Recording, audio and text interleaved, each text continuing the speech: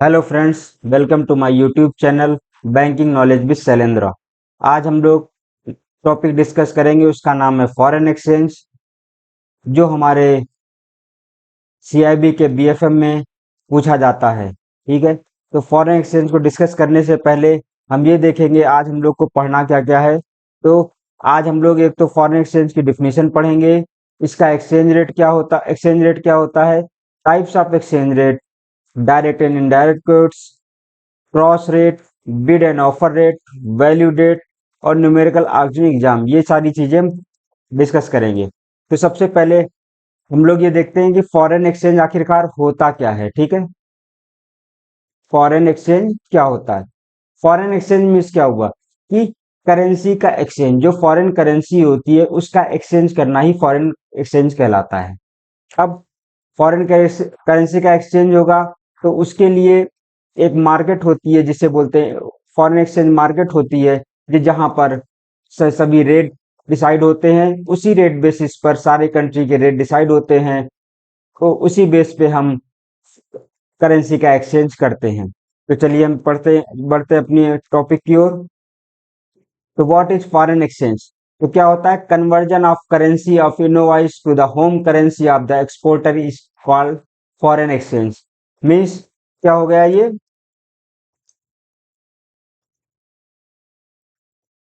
एक second.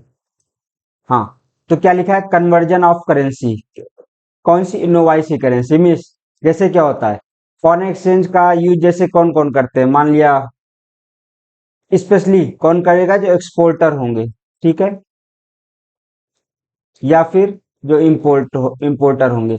Means जो international market में अ, सामान को भेजते हैं या वहां से वो मंगाते हैं, वही लोग फॉरेन एक्सचेंज का सबसे ज्यादा यूज करते हैं।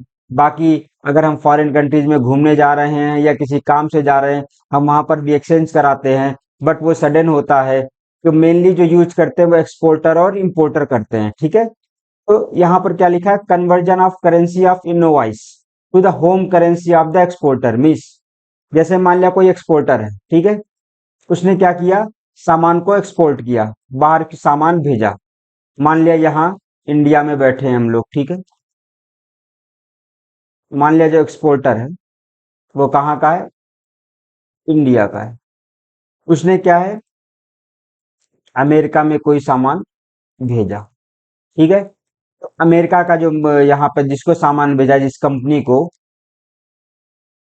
उसने सामान रिसीव किया, तो बदले में उसने क्या भेजा? डॉलर भेज दिया, यूएसडी। उस यूएसडी का यूज तो इंडियन मार्केट में हो नहीं सकता। तो अब जो यहाँ पर जो इंडिया में जो बैठा होगा एक्सपोर्टर, वो क्या करेगा? इस यूएसडी को किसमें कन्वर्ट कराएगा? इस यूएसडी को कन्वर्ट कराएगा वो रुपीज में। अब जब यूएसडी को कन्वर्ट कराएगा रुपीज में, तो इसके लिए कहाँ जाएगा? बैंक जाएगा, जहां पर वो इस फॉरेन करेंसी को एक्सचेंज कराएगा। तो फॉरेन एक्सचेंज मीन्स वही हो गया कि जो हो एक्सपोर्टर की जो होम करेंसी है, उसमें जो उसका इनवॉइस अमाउंट आया है उसको चेंज करना। या फिर दूसरे शब्दों में बोल सकते हैं कि foreign exchange transaction is a contract. ये क्या है? कॉन्ट्रैक्ट है to exchange funds in one currency for funds in another another currency at an agreed rate and arrange basis. ये किस बेस पे है? जैसे मान लिया, ये तो हमने तुरंत कर लिया, मान लिया अभी एक्सपोर्टर है, ठीक है, यहाँ पे कोई अमेरिका में कोई बैठा है, यहाँ उसने इंडिया में, ठीक है, हम्म, जो इंडिया में बैठा उसे पता है कि उसे आज से 3 महीने बाद, कितने, 3 मंथ बाद उसे जो है, मान लिया 1 लाख यूएसडी मिलेंगे। अब जो आज की डेट जो आज की डेट में जो रेट है, जो यहाँ पर बैठा है इंडिया में जो बैठा एक्सपोर्टर, उसे लग रहा है इन केस फ्यूचर में क्या हो सकता है कि यूएसडी का रेट हो सकता है बढ़ जाए, ठीक है, हम्म, या यूएसडी का रेट कम हो जाए। वो इस वजह से, ठीक है, वो क्या करेगा? वो ये सोच रहा है कि अगर मैं अभी से कोई कॉन्ट्रैक्ट कर लूं बैंक के साथ कि फ्यूचर में 3 महीने बाद मैं इतने अमाउंट का आपसे एक्सचेंज कराऊंगा, तो मुझे आप आज ही रेट बता दीजिए इसका, ठीक है। तो इसके लिए वो जाएगा बैंक के पास, जहां पर वो आज की रेट और फ्यूचर में जो रेट आएगा उसके बीच में आपस में जो मतलब एग्रीमेंट करके बैंक के साथ वो उस बेस पे एक रेट डिसाइड कर लेगा। उस रेट बेसिस पे आज से 3 महीने बाद उसका कॉन्ट्रैक्ट होगा। ठीक है, अब हम लोग आगे चलते हैं। एक्सचेंज रेट हो एक्सचेंज रेट, ठीक है, एक्सचेंज रेट क्या होता है? तो अभी तक हमने फॉरेन एक्सचेंज पढ़ा, अब हम पढ़ रहे हैं एक्सचेंज रेट क्या है। Exchange rate denote the price or the ratio और value at which one currency exchange for another currency. Means वही, जैसे आज की डेट में मान लिया 1 USD इक्वल टू है रुपीज 82.06 है मान लिया। ठीक है, तो यही जो है ये क्या है, ये एक्सचेंज रेट है। इसी को क्या बोलते हैं हम लोग? Exchange rate. एक करेंसी के एक यूनिट इक्वल टू जितने दूसरी करेंसी का जितना होता है उसी को बोलते हैं एक्सचेंज रेट। अब एक्सचेंज रेट मैकेनिज्म क्या है? एक्सचेंज रेट मैकेनिज्म मतलब कि एक्सचेंज रेट कैसे चेंज होता है, किस बेस पे हम लोग करेंसी को एक्सचेंज करते हैं। तो ये चार तरह से होता है। एक तो जैसे क्या है यहाँ पे रेडी और कैश। मीन्स अभी हमारे पास डॉलर है, मैं गया बैंक, आप मुझे अभी तुरंत दे दीजिए। ठीक है, वो हो गया रेडी और कैश। फिर दूसरा हो गया कि टुमारो, एक दिन के बाद अगर हम करते हैं। ठीक है, मैं आज आज हमारे और बैंक के बीच में बात हुई और ये सेटलमेंट कब होगा? एक दिन बाद होगा। अगर 2 दिन बाद होगा तो उसे स्पॉट बोलते हैं, और अगर 2 दिन के बाद कभी भी होता है तो उसे फॉरवर्ड बोलते हैं। तो ये कितने चार तरह से होता है। एक तो रेडी और कैश बेसिस पे, दूसरा TOM मतलब टुमारो मतलब कल के दिन, स्पॉट मतलब second day, day after tomorrow, ये होगा स्पॉट, और फॉरवर्ड स्पॉट के बाद कभी भी। ठीक है, अब ये कंट्रीज के बीच में होता है। ठीक है, मान लिया वही इंडिया में और अमेरिका में बैठे हुए हैं। ठीक है, तो मे भी हो सकता है आज यहाँ हमारे यहाँ हॉलीडे है। ठीक है, तो अब उसके बाद एक दिन बाद की बात हुई थी, बट एक दिन बाद क्या है, हॉलीडे है। तो जो वर्किंग यहाँ पे जो मतलब डे डिसाइड होता है वो वर्किंग डे बेस पे डिसाइड होता है। वो वर्किंग डे किस बेस पे होगा? वो दोनों कंट्रीज में जो वर्किंग डे होगा वही काउंट होगा। ठीक है, अगर मान लिया आज यहाँ पे हॉलीडे है, कल के दिन वाला काउंट हो जाएगा। ठीक है, इन केस कल उस कंट्री में हॉलीडे है तो फिर सेकंड डे जो इसके बाद आएगा वो जिस दिन दोनों कंट्रीज में बैंक खुली रहेंगी या जो दोनों दिन वर्किंग डे रहेंगे वही काउंट करेंगे यहाँ पर। ठीक है, चलिए हम आगे चलते हैं। अब रेट्स, रेट मेनली दो तरह के होते हैं, एक स्पॉट रेट्स, एक फॉरवर्ड रेट्स। क्या? स्पॉट रेट और फॉरवर्ड रेट। अब स्पॉट रेट क्या होता है? मिस स्पॉट रेट वो हो गया कि जितने भी जैसे जो कोट होते हैं, ठीक है, जितने भी ये डॉलर इक्वल टू ये होता है जो, वो सब क्या स्पॉट बेसिस पे होता है। ठीक है, फॉरवर्ड बेसिस पे क्या होता है? इसमें जो है हम लोग फ्यूचर का डिसाइड करते हैं। आज से मतलब 2 दिन बाद जो रेट होगा उसका हमें पता नहीं। उसमें क्या होता है, या तो प्रीमियम होता है, ऐड होता है, ठीक है, और या डिस्काउंट माइनस होगा जो आज के स्पॉट रेट पे है। ये चीजें हो गई। रेट्स क्या हो गए? Spot rate, forward rate. अब फॉरवर्ड रेट इक्वल टू क्या होता है? Spot rate plus premium.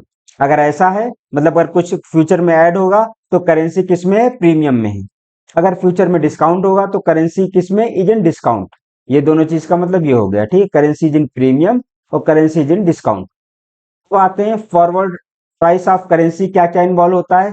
तो सबसे पहले क्या क्या इन्वॉल्व होता है? एक तो पहला इन्वॉल्व होता है स्पॉट प्राइस ऑफ करेंसी, मतलब जो उस डेट में स्पॉट प्राइस है। ठीक है, मीन्स जो कोट किया गया है। दूसरा, interest rate differential of the currency, अगर उसमें कोई डिफरेंस है। तीसरा, time period for which forward prices calculate, means जैसे मान लिया आज है, ठीक है, आज की डेट में मान लिया आज है 29 जून। अगर मान लिया हमें 15 जुलाई को चाहिए, तो जो डेट होगा ये डेट भी काउंट होगा। ठीक है, जब हम आगे कैलकुलेशन देखेंगे तब हमें ये चीजें क्लियर ज्यादा हो जाएंगी। ठीक है, अब ये जो होते हैं, अब देखो ये चीजें हो गई। अब जो हमारा ये एक्सचेंज रेट होता है, ठीक है, ये कोट कोट कैसे किया जाता है, मीन्स कैसे लिखा होता है। ठीक है, तो ये दो तरह से होता है। एक तो होता है कौन सा? एक तो ये लिखा है जो डायरेक्ट कोट, ठीक है। दूसरा क्या है, इनडायरेक्ट कोट।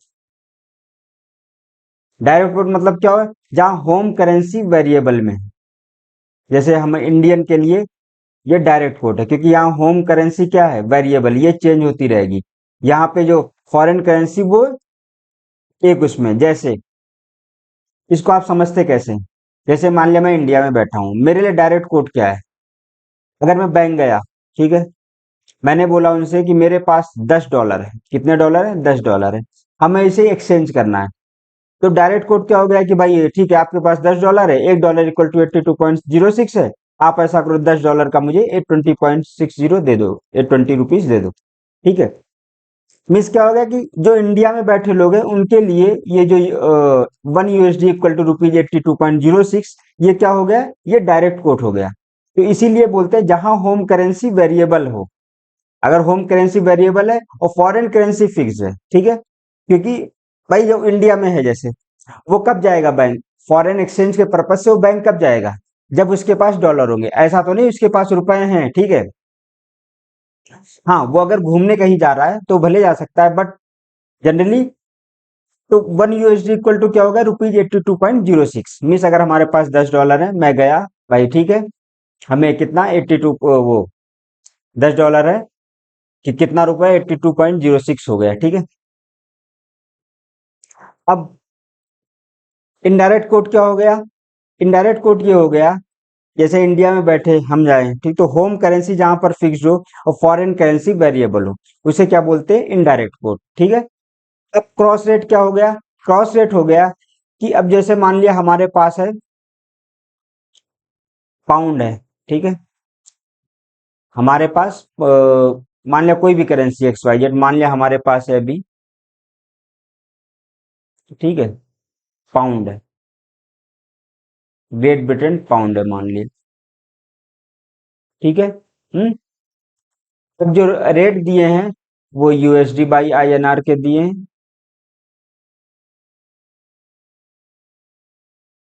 और किसके दिए हैं, GBP/USD के दिए। मिस डायरेक्ट GBP और INR का नहीं दिया गया, ठीक है। किसका, अगर GBP एंड INR का नहीं दिया गया है, इन डायरेक्ट दोनों में कोई डायरेक्ट रिलेशन तो दिया नहीं गया। तो अगर ये नहीं दिया गया तब फिर वहां पर क्या होगा कि वहां पर क्रॉस रेट का यूज करेंगे। जहां पे जो दो करेंसीज में कन्वर्जन होना है, अगर उन दोनों का क्योट नहीं दिया गया है, उन लोग का रेट नहीं दिया गया है, अलग करेंसी का दिया गया है, तो उन दोनों, तो जो जिन दो अलग अलग करेंसियों का दिया गया उनको मिला करके जब हम जो रेट निकालेंगे उसे बोलते हैं क्रॉस रेट, ठीक है। ये हो गया क्रॉस रेट। अब ये कुछ फैक्ट है, globally all currencies except a few are quoted as direct quote in terms of USD। मतलब USD के की हर जगह जो कोटेशन दी गई है वो किसके टर्म में दी गई है, 1 USD के टर्म में, अप्रोक्स सबके उसमें, ठीक है। कहीं भी जाएंगे तो आप 1 USD इक्वल टू, जैसे रुपीज में है 82 दिया गया है ये, ठीक है। या फिर आप मान लिया किसी और कंट्रीज में जाते हैं तो वहां के उसके उसमें दिया रहेगा, ठीक है। Only in case of GBP, किसके, great Britain pound, Australian dollar, New Zealand dollar, euro currency के केस में इनडायरेक्ट कोट दिया रहेगा, ठीक है। अब जापानी येन, इंडोनेशियन रुपया, ये जो होते हैं कोटेड होते हैं 100 यूनिट्स के टर्म में, बाकी 1 यूनिट के टर्म में होंगे और ये 100 यूनिट के टर्म में होंगे, ठीक है। चलिए अब हम आगे चलते हैं अगले स्लाइड पे। अब आता है हमारा बिड रेट, ऑफर रेट, ये क्या होता है। अगर हम बिड रेट की बात करें तो बिड मतलब क्या होगा, बिडिंग करना, बाइंग करना, ठीक है।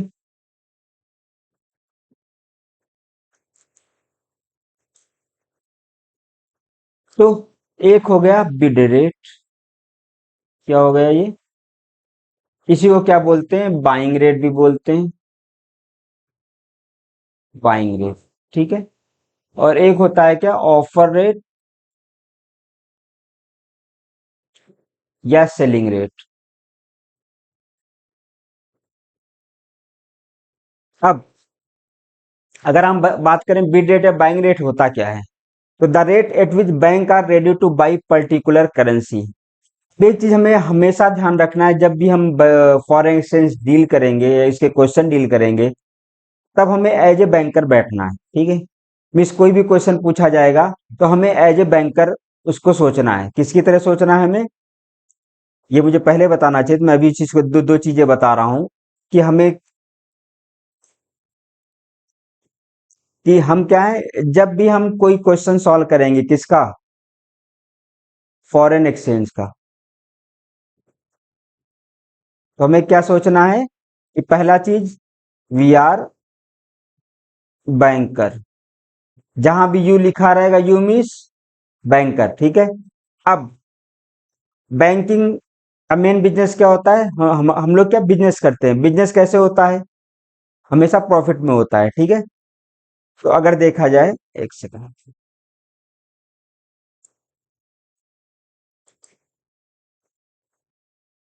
बैंक क्या करता है, बिजनेस करता है। ठीक है,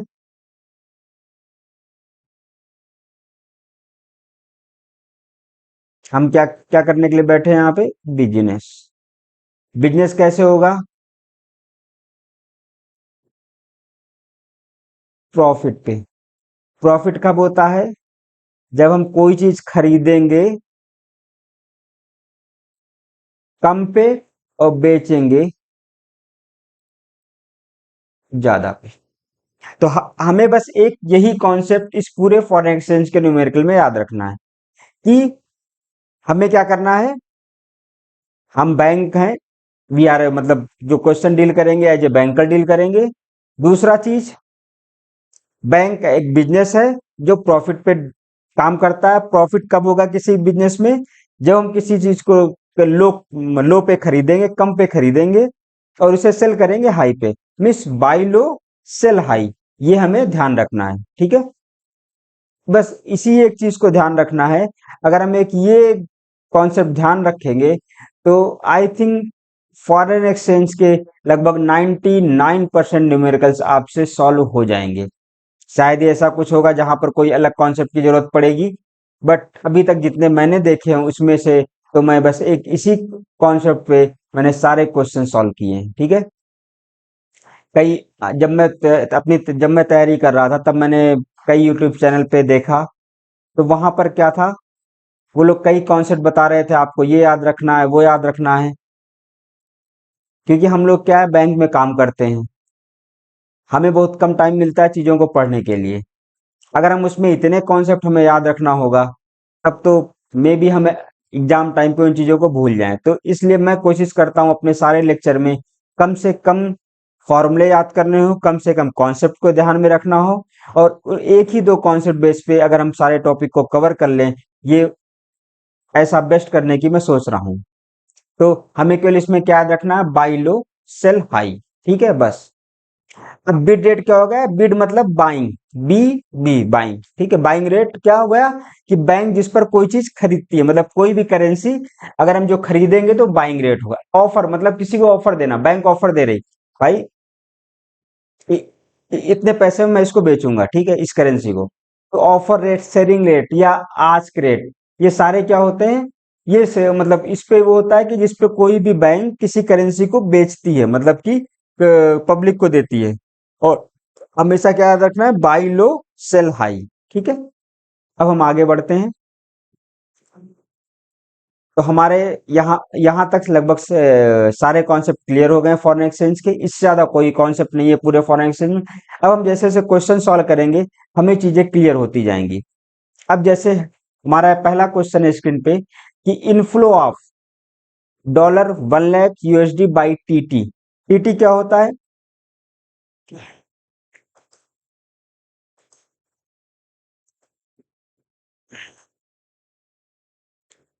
टीटी क्या होता है, टेलीग्राफिक ट्रांसफर। बस इतना आप ध्यान रखिए। ठीक है, तो इसका कोई खास यूज नहीं, इसका बस मतलब ये हो गया कि इसमें जो है तुरंत ट्रांसफर हो रहा है, मीन्स इसमें स्पॉट और उसका कोई यूज नहीं रहेगा, इसका सेम डे हो रहा है, तो इसलिए वहां पे टीटी यूज करते हैं। तो क्या लिखा, inflow of $1 lakh by TT for credit to your exporter account, ठीक है, being advance payment for exporters, what rate you will quote to the customer if market is 68.09 oblique 11। इसका मतलब समझते हैं, जो लिखा रहता है ये क्या लिखा हुआ है, इसको हम किस बेस पे पढ़ते हैं, ये हमें पढ़ समझना आना चाहिए। इसका मतलब हो गया 1 USD इक्वल टू 68.09 रुपीज, ठीक है, एक सेकेंड।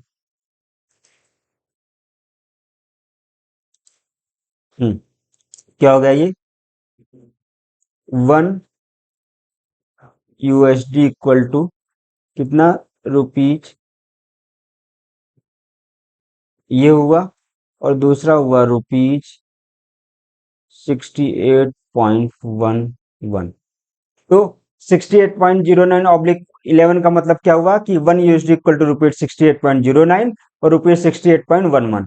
अब इसमें क्या है देखो, हमने आपको पहले ही बताया था, बाई क्या करना है लो, सेल क्या करना है हाई। तो ये क्या है, ये बाइंग रेट है, ये कम है तो इसलिए क्या है बाइंग रेट है, इसी को क्या बोलते हैं बिड रेट। ये क्या है सेलिंग रेट,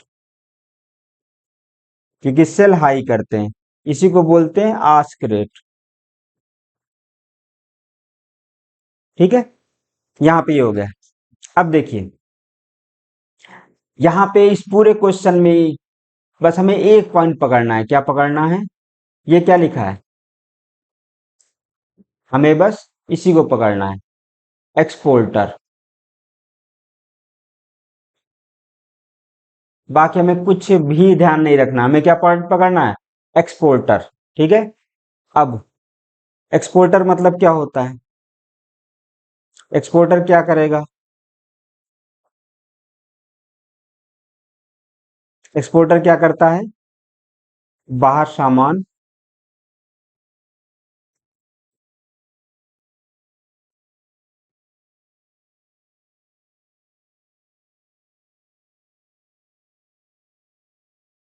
भेजेगा, ठीक है, सामान को एक्सपोर्ट कर रहा है, एक्सपोर्टर सामान भेजेगा। तो जब सामान भेजेगा तो क्या होगा, बाहर से क्या है पेमेंट आएगा, तो पेमेंट उसका किस में आ रहा है, बाहर से पेमेंट उसका आ रहा है डॉलर में, किसमें आ रहा है डॉलर में, यानी कस्टमर के पास डॉलर है अभी, कस्टमर के पास अभी क्या है डॉलर है। तो अब कस्टमर को क्या चाहिए, यहाँ पे एक्सपोर्टर को क्या चाहिए, उसको चाहिए रुपीज चाहिए, और ये उसके पास है क्या, यूएसडी है, ठीक है। अब उसके पास यूएसडी है, उसे क्या चाहिए रुपीज चाहिए। अब मतलब बैंक यहां पर क्या कर रहा है, डॉलर को क्या कर रहा है, बैंक को डॉलर क्या करना है खरीदना है ना, ठीक है। बैंक क्या करेगा, हमें जो रेट के किस बेस पे सोचना है, हमें एज ए बैंकर सोचना है, हमें क्या सोचना है बैंकर, ठीक है। मतलब कि बैंक यहां पर क्या खरीदेगा, बैंक क्या करेगा यहाँ पे, बैंक यूएसडी खरीदेगा। जहां खरीदने की बात आती वहां क्या होता है बाई लो, क्या है बाई लो। अब जब बाई लो है तो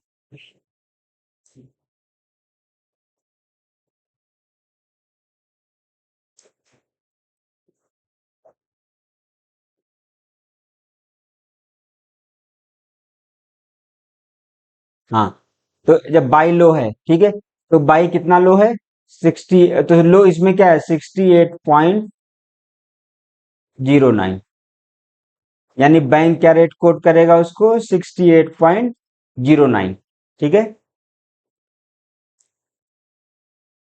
अब जब 68.09 करेगा, ठीक है, तो $1 इक्वल टू क्या हो गया, एक सेकंड, हाँ, 1 USD इक्वल टू क्या हो गया 68.09। अब जब 1 USD इक्वल टू 68.09 हो गया तो उसे कितने USD बेचने हैं? 1 लाख। तो 68.09 और कितने हो गए? 30 और बढ़ा दो। ये हो गया, ये हो गया 68, ये हो गया, इतना उसको मिलेगा। ठीक है। वैसे यहाँ पर पूछा गया तो कल वाट रेट, तो वाट रेट में क्या हो जाएगा? 68.09, ये आपका आंसर हो जाएगा। तो आपको इस पूरे क्वेश्चन में क्या देखना पड़ा? इतना जो थ्योरी लिखा है इसका कोई मीनिंग नहीं है, बस आपने एक्सपोर्टर पकड़ा। एक्सपोर्टर मतलब क्या हो गया? उसने सामान बाहर भेजा होगा, तो अगर बाहर भेजेगा तो उसके पास क्या वापस आएगा? उसके पास क्या आएगा? बिल आएगा। मतलब बिल मतलब पैसा आएगा उसके पास, और जो पैसा आएगा वो मतलब डॉलर में आएगा, जो अमाउंट आएगी। अब वो क्या करेगा? उसको डॉलर तो यहाँ जरूरत है नहीं इंडिया में, उसे यहाँ पे किस चीज की जरूरत है? उसे यहाँ पे रुपए की जरूरत है, मतलब कि वो डॉलर जाके बैंक को देगा। मतलब बैंक यहाँ पे डॉलर खरीदेगा, और जब बैंक डॉलर खरीदता है तो बैंक क्या है? बाई लो करता है, क्योंकि कोई भी बिजनेस है वो बाई लो सेल हाई पे चलता है। तो बाई लो मतलब 68.09 रेट कोट होगा। ये समझ में आ गया है? तो आगे चलते हैं हम लोग, ठीक है। अब हम दूसरे क्वेश्चन पे आते हैं। दूसरा क्वेश्चन क्या है हमारा? पढ़िए। Retirement of import bill. ठीक है। क्या है ये? यहाँ पे हमें क्या पकड़ना है? इंपोर्ट बिल, और कुछ नहीं पकड़ना है। इसी पे सारा कॉन्सेप्ट है, और कुछ नहीं है आगे। तो retirement of import bill for GBP 1 lakh by TT margin 0.20%, जिसमें जीबीपी बाई यूएसडी का ये दिया, यूएसडी बाई आईएनआर का ये दिया। Compute the rate of for customer. तो हमें देखिए सबसे पहले यहाँ पे क्या दिया हुआ है? Import bill. तो सबसे पहले हम ये देख लें, डिसाइड कर लें।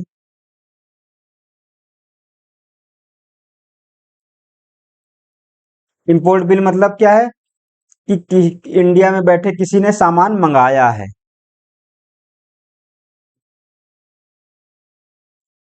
सामान क्या? बाहर से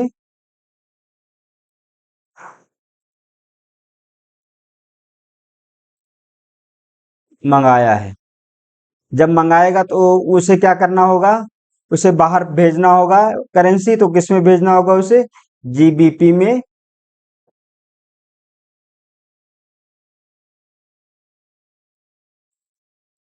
भेजना होगा। अब जब उसे जीबीपी में भेजना होगा मतलब कि वो बैंक से जीबीपी खरीदेगा। जीबीपी क्या खरीदेगा? खरीदेगा। कौन खरीदेगा? कस्टमर। ठीक है। तो यहां पर बैंक क्या करेगा? GBP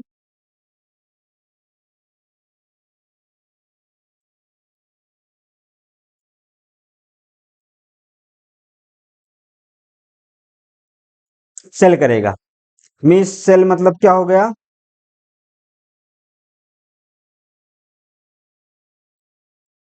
cell high. इस पूरे कॉन्सेप्ट को समझने के लिए बस ये रीजन ये था, इतना मुझे जो फ्लो चार्ट बनाया कि यहाँ पे क्या है? सेल हाई होना है। ठीक है। बाकी और कुछ नहीं। अब ये हमें समझ में आ गया सेल हाई। तो ठीक है, हमें यहाँ पे लिख लेते हैं हम।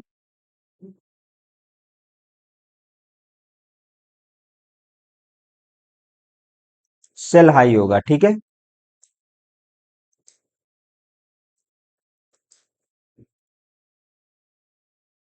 अब हम आते हैं अपने इस पे।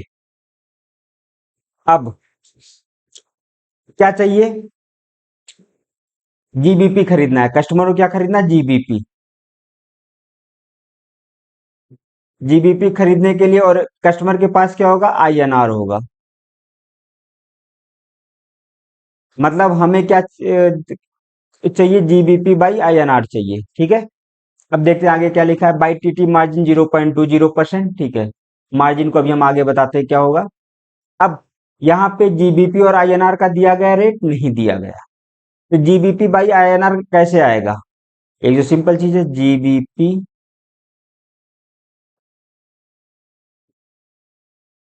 By USD into USD by INR. ये दोनों कट जाएंगे तो जीबीपी बाई आईएनआर आ जाएगा। ऐसे याद रखना है। हमें ज्यादा कुछ कॉन्सेप्ट नहीं जानना है, हमें एक सिंपल बेसिक कैलकुलेशन बेस पे देखना है चीजें कैसे होगी। हमने ऊपर देखा क्या है? सेल हाई है।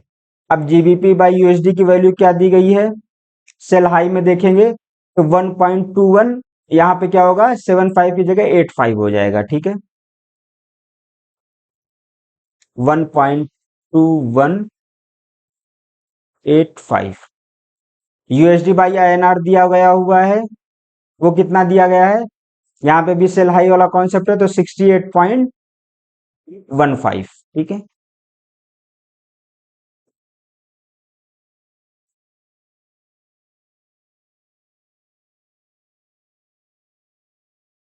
तो हम इसको मल्टीप्लाई कर लेंगे,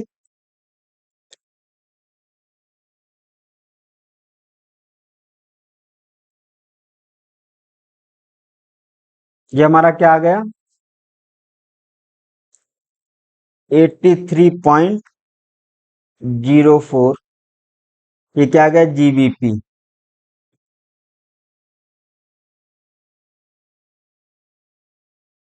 जीबीपी पाई आईएनआर हमारा ये मिल गया, ठीक है। मतलब जो हमें यूज होगा हमें ये यूज करेंगे, ठीक है। और जब ये यूज करेंगे, अब इसके आगे हम बढ़ते हैं। अब हम मार्जिन देखते हैं, मार्जिन क्या होता है, ठीक है। अब चूंकि ये क्या होता है, जो हम लोग ये चेंज कर रहे हैं, ठीक है, करेंसी का चेंज हो रहा है, तो इसे बैंक मार्जिन लेगा, क्या लेगा, मार्जिन। अब चूंकि देखो सेल हाई है, अब इस चीज को हमें ध्यान रखना है हमेशा, जब सेल हाई है बाई लो है, अगर चूंकि यहाँ पे सेल कर रहे हैं तो मार्जिन अगर हम ऐड करेंगे अभी तो और ऊपर बढ़ेगा। जैसे अभी क्या है 1 GBP इक्वल टू 83.04 INR है, अगर इसमें हम 0.20 मार्जिन ऐड कर दें तो क्या होगा, 1 GBP इक्वल टू थोड़ा ज्यादा INR हो जाएगा, ठीक है। अगर यहाँ पे बाई लो होता तो हम इस मार्जिन को लेस करते हैं। तो हमें यह ध्यान रखना है कि जब बैंक किसी चीज को खरीदेगा तो जितना कम से कम हो सकेगा मार्जिन भी उसमें लेस कर दिया जाएगा, अगर कुछ और है वो भी लेस कर दिया जाएगा। इन केस जब हम क्या बोलते हैं, जब हम कोई चीज बेचेंगे, ठीक है, तो हमें सिंपल इस चीज को ध्यान रखना है कि उसमें क्या चीजें ऐड करेंगे। जैसे 1 GBP इक्वल टू हो गया,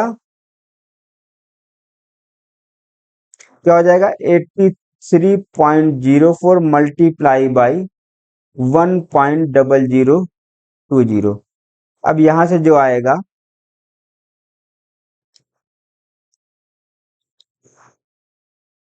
ये आ गया हमारा 83.2068, ठीक है। तो हम यहाँ पर 83.2068 4 डिजिट तक लेंगे हम लोग सारी चीजें, ठीक है। ये हो गया हमारा ये। तो compute the rate for customer, तो कौन सा कस्टमर के लिए रेट होगा, ये होगा 1 GBP इक्वल टू 83.2068, ठीक है। ये आपको समझ में आ गया कि कैसे हम लोग रेट डिसाइड करेंगे। तो बस क्या हमने बाई लो और सेल हाई का ही कॉन्सेप्ट ध्यान रखा और उसी पे हम लोग आगे बढ़ते गए, ठीक है। अब हम अगर क्वेश्चन नंबर 3 पढ़ेंगे, इसमें क्या है, अब जैसे जैसे हम आगे बढ़ते जा रहे हैं थोड़ा सा लेवल टफ होता जाएगा, बट हमें अपने एक ही कॉन्सेप्ट को ध्यान रखना है, बाई लो और सेल हाई को, ठीक है। अब जैसे इसमें हम पढ़ते हैं, इसमें क्या लिखा हुआ है, ऑन सितंबर 15 a customer request for a booking of forward contract for export bill of कितना USD 1,50,000 to be realise in month of दिसंबर। अब सबसे पहले क्या लिखा है, यहाँ एक्सपोर्ट बिल है,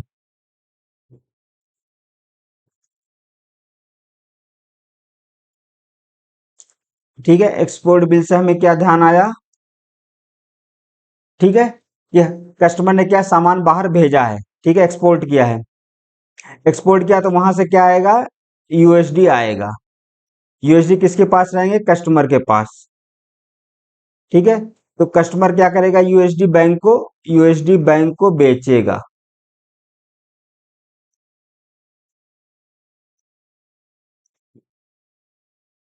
मीन्स बैंक क्या करेगा, बैंक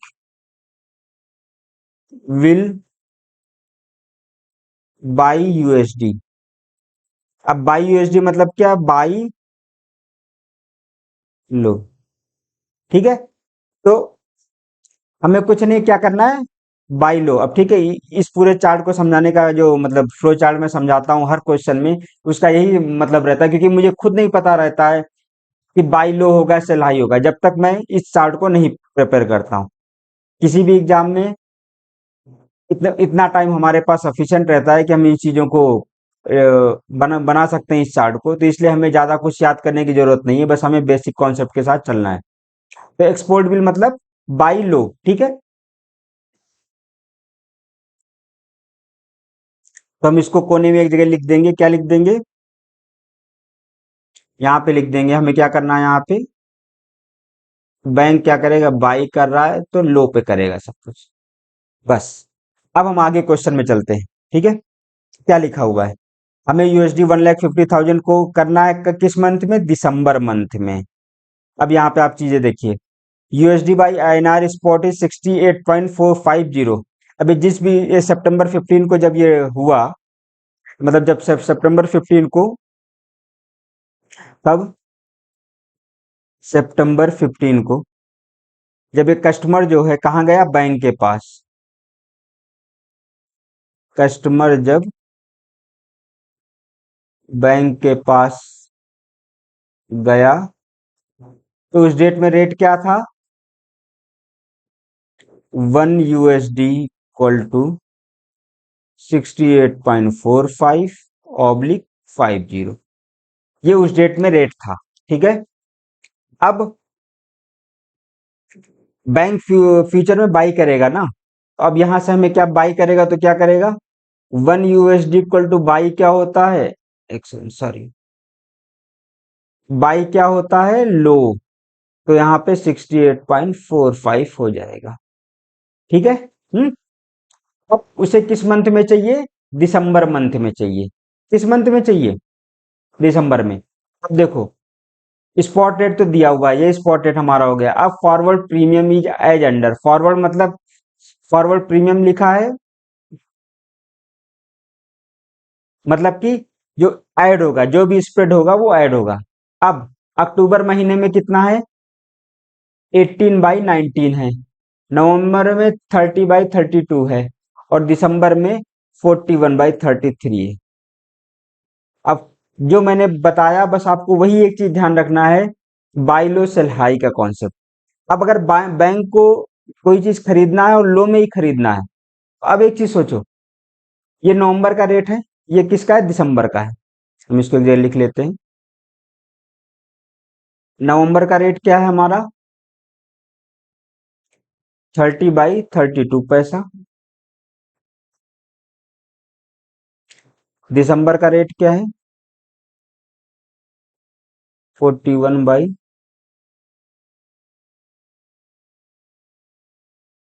कोई डेट तो दी नहीं गई यहाँ पे, ठीक है। उसने क्या लिखा कि मंथ ऑफ दिसंबर में आके बिल को रिलाइज कराएगा। अब वो 1 दिसंबर को भी आ सकता है, या फिर 31 दिसंबर तक भी आ सकता है, कभी भी आ सकता है। लेकिन बैंक क्या कर रही है, बाई लो पे है, तो बैंक यहाँ पे दिसंबर का क्योट नहीं करेगी, क्योंकि जो दिसंबर ये 41/43 है, ये काउंट होता है कि मतलब लास्ट में, मंथ के लास्ट तक है ये। तो इसलिए बैंक कौन सा काउंट करेगी, नवंबर वाला करेगी। कौन सा करेगी, नवंबर का। और नवंबर में भी कौन सा करेगी, लो। तो 30। अब यहाँ पे तो 1 USD = कितना हो जाएगा,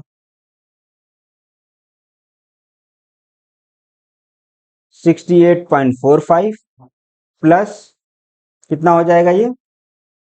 अब चूंकि देखो यहाँ पे क्या है, पैसे में है ना, तो ये 0.3 मतलब कितना हो जाएगा, 68.75। कितना हो जाएगा ये, 68.75, ठीक है। तो हमें अब मतलब हमें समझ में आया कि नहीं आया, कि सबसे पहले क्या हमें ध्यान रखना है, बाई लो पे ध्यान रखना है। जब हमने बाई लो पे ध्यान रखा,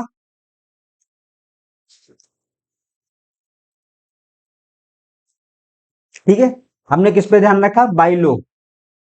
अब सितंबर 15 को क्या रेट था, 1 USD = 68.45/50 था। तो चूंकि बाई लो की बात है, तो हमने, एक सेकेंड, तो हमने कितना लिया, 60, लो वाला लिया 68.45। अब मैंने आपको बोला दिसंबर में वो नवंबर, वो दिसंबर 1 दिसंबर को भी आ सकता है और 31 दिसंबर को भी आ सकता है। ठीक है, अगर वो मान लिया भाई वो दिसंबर लास्ट में आता है तब तो ठीक है, हम ये ले लेंगे। लेकिन अगर 1 दिसंबर को आ गया, क्योंकि दिसंबर लास्ट के लिए होता है चीजें, तो इसलिए हम लोग क्या है, जब लो की बात आएगी तो हम लोग नवंबर का लगाएंगे, 1 महीने पहले का लगाएंगे, जब तक डेट स्पेसिफिक ना दी गई हो। ठीक है, तो ये क्या हो गया 30th, यहाँ 30 लगाएंगे तो ये कितना हो गया 68.75। ये हो गया 1 USD इक्वल टू 68.75। ठीक है, इतना ध्यान रखना। अब इसमें एक चीज और, मार्जिन टू बी चेंज 0.05 पैसा पर यूएसडी। ठीक है, अब यहाँ पर मार्जिन है, देखो एक पहले एग्जांपल में जहां बैंक ने सेल किया था वहां पे मार्जिन क्या था, किया था हमने ऐड किया था।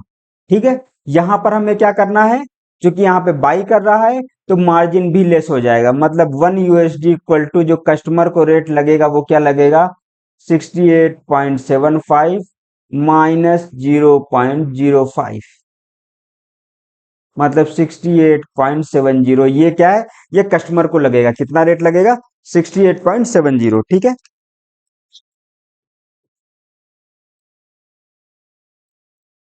तो हमें इस यहाँ पर क्वेश्चन में क्या पूछा था कि कस्टमर को कौन सा रेट लगना है, तो ये 68.70। ठीक है, ये आ गया समझ में। अगर ना समझ में आया तो एक बार इस लेक्चर को दोबारा सुन लीजिएगा, तो आपको ये समझ में आ जाएगा। और फिर भी कोई डाउट हो तो आप कमेंट सेक्शन में कमेंट कर सकते हैं, मैं इसको दोबारा अच्छे से समझाने का प्रयास करूंगा। ठीक है, अब हम आते हैं तीसरे क्वेश्चन, चौथे क्वेश्चन पे। इसमें क्या है कि 1 जून 2016 को एक customer request a book to book a forward contract, क्या करने के लिए बुक किया उसने, forward contract for retirement of import bill. अब देखिए फिर से यहाँ पे क्या आ गया हमारा, फिर से आ गया हमारा इम्पोर्ट बिल। अब देखो को ज्यादा याद, आप लोग ज्यादा चीजें याद करने की कोशिश मत करना, जितना हो सके उस चीज को डिराइव करना, समझने की कोशिश करना।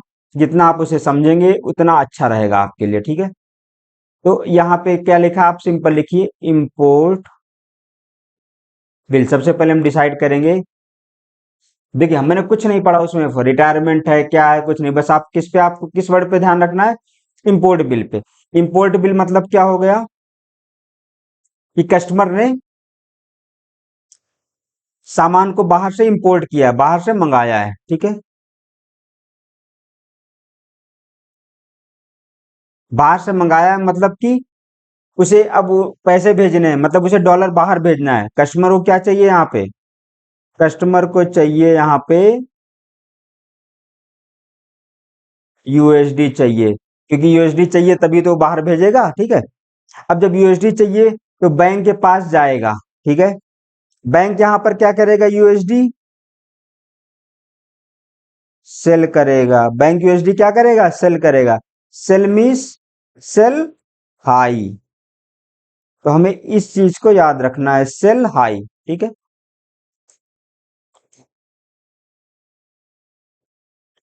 तो हम यहाँ पे एक साइड में लिख लेंगे सेल हाई। ठीक है, अब हम आगे पढ़ते हैं क्वेश्चन को, कि जून 2016 में उसने बुक किया। ठीक है, ड्यू फॉर पेमेंट, कब पेमेंट ड्यू होगा ये, अब देखो बुक कब किया उसने, हमें एक ये डेट लिखनी है, बुक किया उसने जून 2016 में। ठीक है, उसे पेमेंट कब करना है,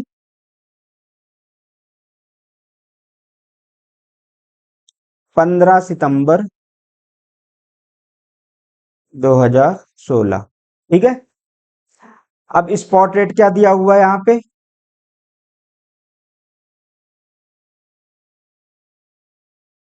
स्पॉट रेट देखिए 1 USD इक्वल टू, अब यहाँ पे बैंक क्या सेल हाई करेगा, तो यहाँ पे जो देखिए जो यहाँ पे लिखा हुआ है इसमें से क्या लेगा बैंक, 68.29। ठीक है, ये हो गया। उसके आगे क्या लिखा है इसमें, फॉरवर्ड प्रीमियम है, करेंसी प्रीमियम में है। अब ये देखिए, अब ये पे ये स्प्रेड दिए हुए हैं, में 10/12 है, जुलाई में 21/23 है, अगस्त में 32/34 है, सितंबर में 43/45, अगस्त टू सितंबर 6/7 स्प्रेड। देखिए हमें कब चाहिए, हमारी डेट क्या है 15 सितंबर 2016। यहाँ पे 15 सितंबर का दिया है, लेकिन ये अगस्त से 15 सितंबर तक का स्प्रेड दिया है। ठीक है, मतलब इसमें हम लोग क्या ऐड करेंगे, एक तो ऐड करेंगे अगस्त तक का, चूंकि सेल हाई है तो क्या ऐड करेंगे 0.34। ठीक है, और क्या ऐड करेंगे, सितंबर में कितना है 7 पैसा, 15 सितंबर तक। हमें इससे मतलब नहीं रखना क्योंकि 15 सितंबर तक का दिया हुआ है। तो 0.07, आप इसको जोड़ टोटल कर लीजिए, कितना आ जाएगा 68.29 प्लस 0.34 प्लस 0.07, ये आ गया 68.70। ये 1 USD इक्वल टू रुपीज में हो गया। ठीक है, अब इसमें क्या है, चेंज मार्जिन कितना दिया है 0.20% दिया है। ठीक है, अब इस पे 0.0% का मार्जिन होगा, क्योंकि क्या है सेल हाई कर रहे हैं तो यहां पर ये ऐड होगा।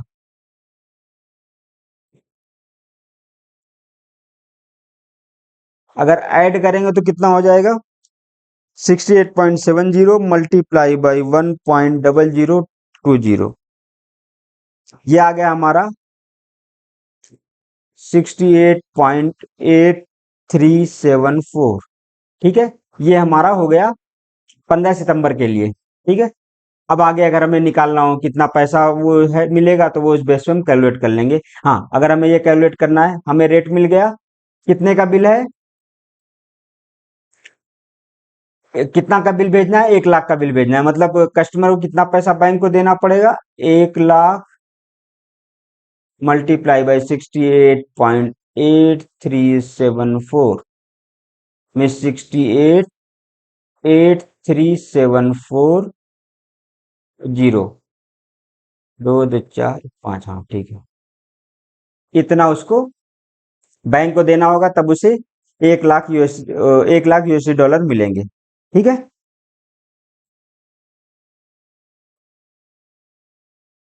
अब हम लोग एक लास्ट प्रॉब्लम करते हैं आज के दिन, फिर आगे देखेंगे कि आगे और मुझे मतलब आगे और प्रॉब्लम न्यूमेरिकल्स की जरूरत पड़ेगी या इतने से इस टॉपिक को मैं कवर करूंगा। चलिए छोटा सा क्वेश्चन एक और देखते हैं हम लोग। हम्म, ये क्या लिखा हो यहाँ पे पढ़िए अगला क्वेश्चन।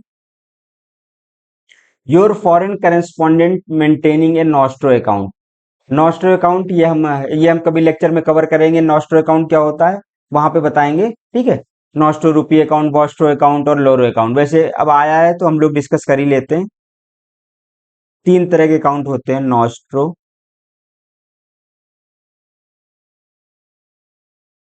वॉस्ट्रो और लोरो।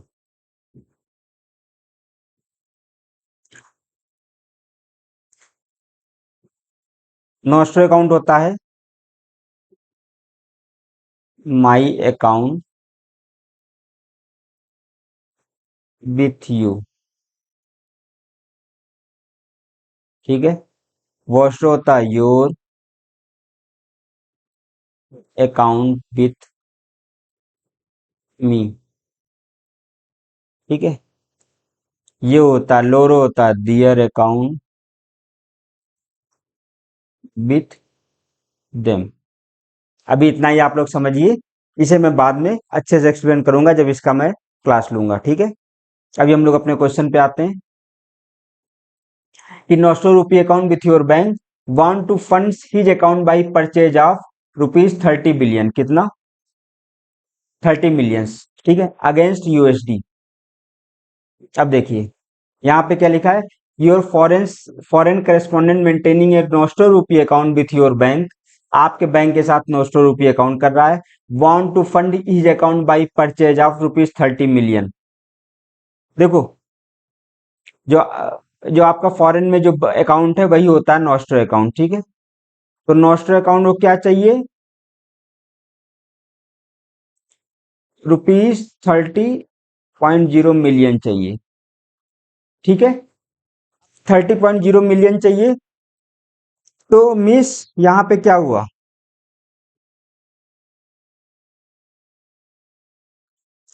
बैंक क्या करेगा, मतलब जो बैंक है उसे क्या करना है, उसे उसके पास रुपीज मतलब आ रहे हैं, तो उसे मतलब क्या वो यूएसडी उसको बेचना है। यूएसडी क्या करना है उसको, यूएसडी बेचेगा। ठीक है, तभी तो उसे 30 मिलियन रुपीज मिलेंगे। ठीक है, तो यहाँ पे मतलब बेचना है, मतलब सेल हाई का कॉन्सेप्ट आ गया। कुछ लोग रुपीज अंदर बाहर करते हैं। ठीक है, मैंने एक क्लास ली थी, इसमें बोले थे अगर रुपीज अंदर आ रहा है तो हम ये करेंगे, जा रहा है तो वो करेंगे। इतना दिमाग में नहीं रखना, बस हमें एक सिंपल चीज क्या रखना है, 30 मिलियंस। ठीक है, बैंक के पास 30 मिलियंस आ रहे हैं, मतलब कि बैंक क्या बेचेगा ना, यूएसडी बेचेगा, तभी उसको रुपए मिलेंगे। 30 मिलियन रुपीज कब मिलेंगे, जब वो इसको बेचेगा। अगर यूएसडी बेचेगा मतलब सेल क्या कर रहा है, सेल हाई करना होगा। क्या करना होगा, सेल हाई। अब सेल हाई करना होगा, तो अब देखिए मार्केट में रेट क्या चल रहा है, 1 यूएसडी क्या दिया हुआ है, 68.2550 डिवाइडेड बाई 265, मतलब ये सॉरी। अब इसमें सेल हाई है तो मतलब ये वाला लेंगे। ठीक है, 1 यूएसडी इक्वल टू कितना हो जाएगा, 68.2650। हम ये रेट कोट करेंगे उनको। ठीक है, अब क्या बोल रहे हैं, what rate would be quoted to the correspondent. ठीक है, ये रोड कोट का कौन सा कोट करेंगे, ये रोड। ठीक है, अब इग्नोरिंग एक्सचेंज मार्जिन, मतलब यहाँ पे मार्जिन कोई नहीं है। Calculate the amount of USD you would receive, मतलब कितना आप यूएसडी रिसीव करोगे, तो 30 मिलियन। तो 30 मिलियन मतलब कितना हो गया, 30 × 10⁶। ठीक है, डिवाइडेड बाई 68.2650। जरा आप इसको डिवाइड कर लीजिए, 3 4 5 6 डिवाइडेड बाई,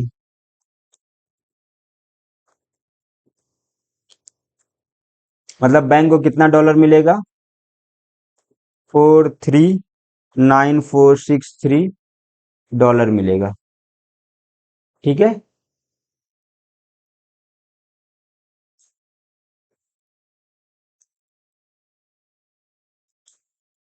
तो ये आपको समझ में आ गया। चलिए आगे एक क्वेश्चन और है अभी, हम इसको डिस्कस कर लेते हैं। इसके बाद फिर हम अपना लेक्चर समाप्त करेंगे, क्योंकि शायद लेक्चर बहुत लंबा हो रहा है। चलिए हम इसको देखते हैं। अगला क्वेश्चन हमारा क्या है, MSBCD wants to remit JPY 100 मिलियन। ठीक है, कितना, 100 million by TT value spot as payment of an import invoice given that USD by INR is at 68.2500 oblique 2600 and USD JPY is 116.50 oblique 660 and a margin of rupees 0.15% to be loaded to the exchange rate. Calculate rate to be quoted and rupees account to be debited to the account of Mrs. BCD ओ MSBCD। ठीक है, MSBCD company जो है, BCD क्या कर रही है, wants to remit JPY, कितना मिलियन, इतना। अब यहाँ पे साफ साफ लिखा है कि रिमिट कर रही है, और रिमिट के बाद एन इम्पोर्ट इनवॉइस, मतलब कि यहाँ पर जो कंपनी है MSD, ओ सॉरी BCD, इसको क्या चाहिए, इसको JPY चाहिए। यही तो लिखा है, BCD wants to remit JPY 100 मिलियन। ठीक है, 100 मिलियन भेजना है, मतलब कस्टमर को चाहिए ना, जो कंपनी है BCD उसको चाहिए JPY। अगर उसको JPY चाहिए तो वो बैंक के पास जाएगा। ठीक है, मतलब बैंक यहाँ पर क्या करेगा, बैंक JPY क्या करेगा, बेचेगा। बेचेगा मतलब कि सेल हाई, यही तो है ना। तो हमें बस इतना याद रखना है कि सेल हाई, बस हम ये चीज हमने निकाल लिया यहाँ से। ठीक है, हम यहाँ ऊपर लिख लेंगे,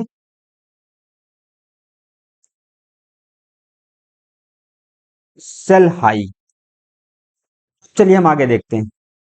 यहाँ पे देखिए जेपीवाई और रुपीज का कन्वर्जन है, किसका कन्वर्जन है? जेपीवाई और रुपीज का कन्वर्जन है। लेकिन क्या जेपीवाई रुपीज दिया है? नहीं दिया है। क्या है? नहीं दिया है। अब देखिए एक चीज हमने और सबसे अपने शुरुआत में पढ़ा था कि जेपीवाई होता है वो 100 के कुछ में होता है, ठीक है। तो ये 100 जेपीवाई के बेस पे सब कुछ दिया हुआ है। हाँ चलिए फिर अभी जेपीवाई बाई रुपीज क्या होगा? USD by INR। और क्या करेंगे? मल्टीप्लाई करेंगे जेपीवाई बाई, यही तो होगा, ठीक है। सेल क्या करना है? हाई करना है। यहाँ पे एक चीज और ध्यान रखना अभी, यूएसडी बाई INR सीधे सीधे दिया है, USD by INR 68.250 six oblique 260, तो यहाँ सेल हाई का कॉन्सेप्ट है, तो 68.260 लिख लेंगे। क्या लिख लेंगे?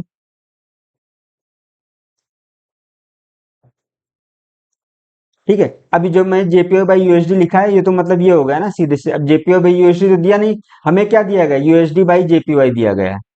तो यहाँ पे नीचे लिख लेंगे यूएसडी, ये यही हो गया ना।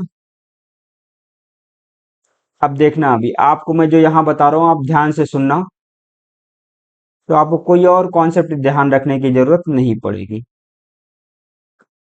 देखिए जब भी हम किसी नंबर में कोई अगर नंबर डिवाइड करते हैं, ठीक है, अगर मान लिया, देखिए ऐसे बताता हूँ मैं आपको, एक छोटा सा एग्जांपल लेता हूँ।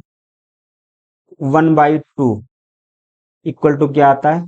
0.5, ठीक है। 1/3 इक्वल टू क्या आता है? 0.67, ठीक है। और 1/2 हो गया 1/3, 1/4 निकालेंगे तो क्या आएगा? हम्म मिस, ये अगर जो डिनोमिनेटर में अगर वैल्यू क्या होगी? छोटी होगी तो इधर आंसर बड़ा आएगा, ठीक है। यहाँ जैसे से, एक सेकंड रुको रुको, सॉरी सॉरी सॉरी, ये 0.33 आएगा, ठीक है। जैसे जैसे नीचे की वैल्यू बढ़ती जा रही है इधर ये आंसर क्या है? ये वैल्यू इधर कम होती जा रही है। अब देखिए बैंक को क्या करना है? सेल हाई करना है। ये क्या है यहाँ पे? सेल हाई है। मीन्स सेल हाई करने के लिए यहाँ की जो वैल्यू होगी हमारी क्या होगी? अगर हम छोटी वैल्यू से डिवाइड करेंगे तो पॉइंट, मतलब अगर कहने का मतलब जैसे क्या है, कहाँ गया? यूएसडी बाई जेपीवाई 116.50 ऑब्लिक 60 है। अगर हम 116 पॉइंट वैसे देख रहे हैं लेना चाहिए हमें क्या? 116.60 लेना चाहिए, बट चूंकि डिनोमिनेटर में वैल्यू, किसमें? डिनोमिनेटर में है, तो डिनोमिनेटर में अगर बड़ी वैल्यू रहेगी तो हमारी मेन वैल्यू कम हो जाएगी। इसलिए यहाँ पर जो हम डिनोमिनेटर में वैल्यू लेंगे वो हम क्या लेंगे? 116.50, यहाँ पे हम ये लेंगे। तो ये आपको ध्यान रखना है, यहाँ पर हमने सेल हाई में भी 0.50 क्यों लिया, 0.60 क्यों नहीं लिया? क्योंकि ये डिनोमिनेटर में है, डिनोमिनेटर में जब डिवाइड करेंगे अगर वैल्यू क्या बोलते हैं बड़ी रहेगी तो ऊपर हमारा जो मेन रहेगा वो कम हो जाएगा। तो यहाँ पे हम लोग 116.50 लेंगे, तो 68.26 डिवाइडेड बाई 116.50, ये कितना आ गया हमारा? 0.5859। ये क्या आ गया? जेपीवाई बाई रुपीज आ गया। हमने शुरुआत में पढ़ा था कि जेपीवाई 100 के टर्म में लेंगे तो 100 जेपीवाई इक्वल टू क्या हो जाएगा? ₹58.59, ठीक है। ये आ गया, तो ये हमें समझ में आ गया। आगे हम पढ़ते हैं, एक सेकंड, यहाँ पर हम लिख लेते हैं हमें क्या मिल गया? 100 जेपीवाई इक्वल टू क्या मिला हमें? ₹58.59, ठीक है। आगे बढ़ते हैं और इसमें क्या क्या दिया है, ये हमने यहाँ से तो ये निकाल लिया। मार्जिन कितना है, 0.15% to be loaded exchange rate, sorry exchange rate कितना है 0.15%। क्योंकि सेल हाई है तो यहां पर एक्सचेंज रेट क्या होगा, एक्सचेंज रेट हमारा ऐड होगा, क्या होगा, ऐड होगा। ठीक है, मतलब कि ये हो जाएगा 100 जेपीवाई इक्वल टू, जो कैलकुलेट करेंगे 58.59 मल्टीप्लाई बाई कितना 1.0015। ठीक है, ये आ जाएगा हमारा रुपीज 58.59 मल्टीप्लाई बाई क्या होगा 1.0015। इसकी वैल्यू हमारी क्या आएगी, रुपीज 58.6778। ठीक है, ये हमारा आ गया 100 जेपीवाई। अब यहाँ पे क्या दिया हुआ, और कुछ तो नहीं दिया गया, नहीं दिया गया, बस अब ये रहेगा calculate rate to be quoted and rupees account to be debited. इनको कितना चाहिए था, 100 मिलियन। ठीक है, 100 मिलियन चाहिए, तो यानी 1 मिलियन में कितना होगा, 10 की पावर 6 होगा। 10 की पावर 6 जेपीवाई इक्वल टू क्या हो जाएगा, क्योंकि ये तो 100 दिया हुआ है, 10 की पावर 6 जीपीआई 58.6778 मल्टीप्लाई बाई 10 की पावर 6, तो 100 मिलियन जेपीवाई का कन्वर्जन कितना हो जाएगा, ये 58.6778। ठीक है, 2 2 4 0 0, ये रुपीज में इतना हो जाएगा। ठीक है, इसी के साथ हम अपना लेक्चर समाप्त करते हैं। तो एक बार इस वीडियो को ठीक से देखिए, अगर ना समझ में आए दोबारा देखिए, फिर भी कोई डाउट होता है तो आप हमें कमेंट सेक्शन में कमेंट कर सकते हैं। हम आपका सॉल्यूशन, हम आपकी क्वेरीज का सॉल्यूशन जितनी जल्दी हो सकेगा हम देंगे। ठीक है, इसी के साथ मैं अपना लेक्चर समाप्त करता हूं, और अगर वीडियो पसंद आए तो इसे लाइक करिए और सब्सक्राइब करिए और अपने दोस्तों में शेयर कीजिए। Okay, thank you.